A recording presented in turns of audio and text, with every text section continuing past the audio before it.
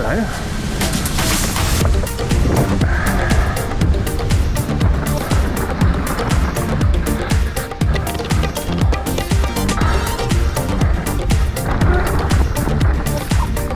Oh, nice. This is a rut and a half.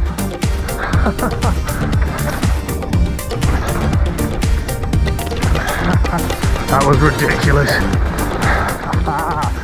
Awesome.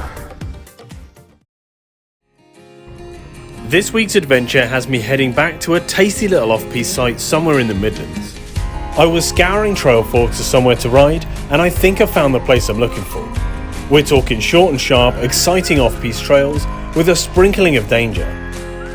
And what do you know, the sun is shining for this one. Here we are. Once I was kitted up, I headed over to a couple of the short trails right next to the car park for a bit of a warm-up. Despite the sunshine, I quickly learned that today's trail conditions are not to be underestimated, as you'll see later. Ooh. Let's give this right line a go. The first trail is a short, sharp, sandy downhill. Oh, looks a bit loose here. Now, I've ridden here before on my hardtail, but it was well over a year ago, and I'll be damned if I remember anything about these trails. So today, I'm on my full sus, and I'm rediscovering them again for the first time. When I say these are short, punchy trails, the first couple are literally only 30 seconds long. Then there's a short climb back up the road to the top again. Great for running laps. So the plan is to hit a couple of these before then heading over to the longer and more demanding trails over the other side. Short but sweet. Back to the top for another one. Okay, let's try this next line. The only thing I do remember about these trails is that one of them has a pretty large drop on it somewhere. I better watch out. With a GoPro mounted on my helmet, you miss a lot of the trail gradient, commonly known as the GoPro effect. This is loose. So believe me when I say that these trails and ruts are a lot steeper than they look on camera. There's the drop. I'm glad I didn't ride over that one by accident.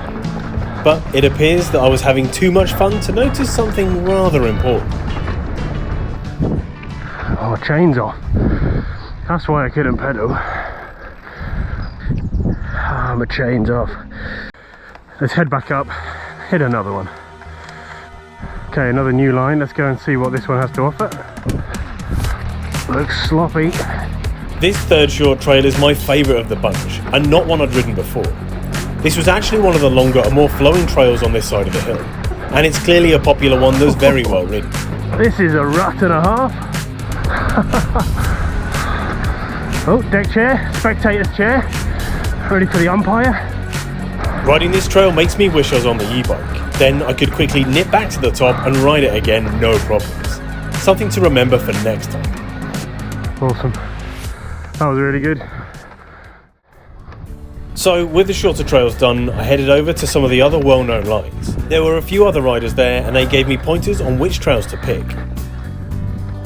So those two guys that I just chatted to said that this next trail, which is just round to the left, is a bit washed out and a bit eroded, so they said don't hit a couple of the drops and definitely look before you leap. So it sounds like this trail might be a bit interesting. Let's ride it anyway. Okay, so ominous trail, take one. When I ride off-piste, I'm pretty guilty of just dropping in blind and one-banging as many trails as I can. This is a really good test of your riding skills, but isn't the safest way to explore because you have no idea what features are on the trail. To keep myself in one piece, I always look where I'm going and never hit a feature if I can't see the landing. This means that your first run down isn't as smooth or as fast as you can ride, and you don't always hit every feature. And this is pretty much what you see when you watch my videos on the channel. This is me riding things for the first time, making a few mistakes, and hopefully having some success. And if you want to do them better, you can just ride them again. Awesome. That was brilliant. So we'll see what those guys were talking about. There were a couple of big ruts at the bottom with sort of drops and things on that one, but nah, nothing we can't handle. Awesome, on to the next one. So just as I've been talking about looking where you're going and being wary of features, on this next trail I came across exactly what I was talking about. And this is a good reminder that accidents can happen out of nowhere, even on trails that are well within your skills. But this time, it wasn't me learning the lesson. Oh.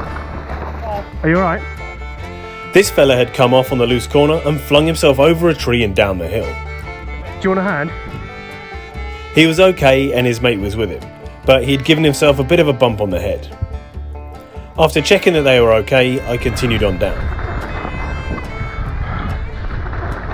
I took the rest of this trail pretty easy as I didn't want to tempt fate, but the dry corners weren't going to get me on this rundown. Let's carry on down, why not? With the first part done, I carried on down to the bottom section of this trail where it gets slower and very twisted. There were no features that can do much damage down here, but it's a nimble section that I clunked myself down. To be honest, it's a good ending to the trail above because you get to ride the long dusty corners up there and then the tight ones down here in the closer woodland.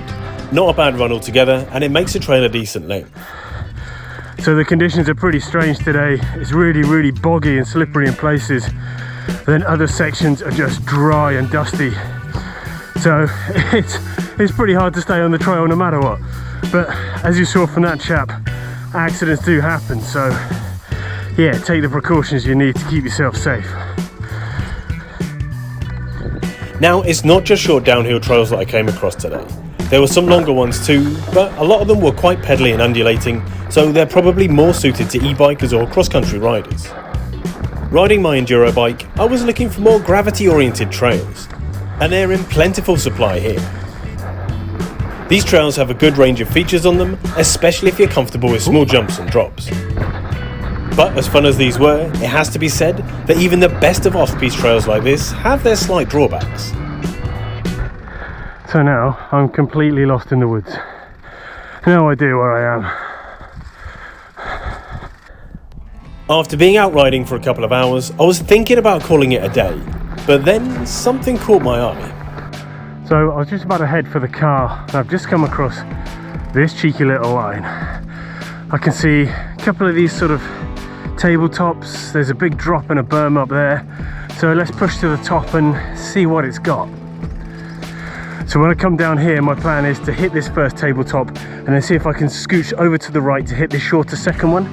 I don't know if it's doable in that short space of time, but hey, we'll see. I guess it depends on how fast I'm going.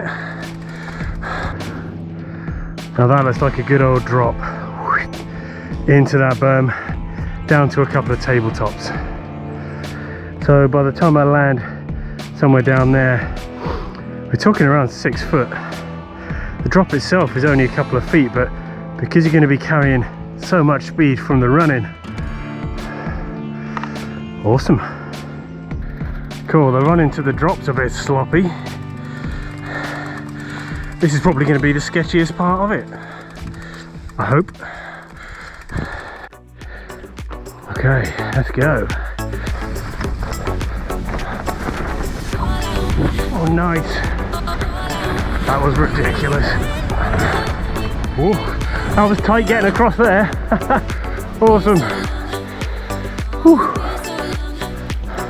So after making it down in one piece, I was well and truly done for the day. Time to head home. There are so many more trails to explore here and I can't wait to come back. So thanks for coming along for the ride today. Remember to subscribe for more action and I'll see you next time.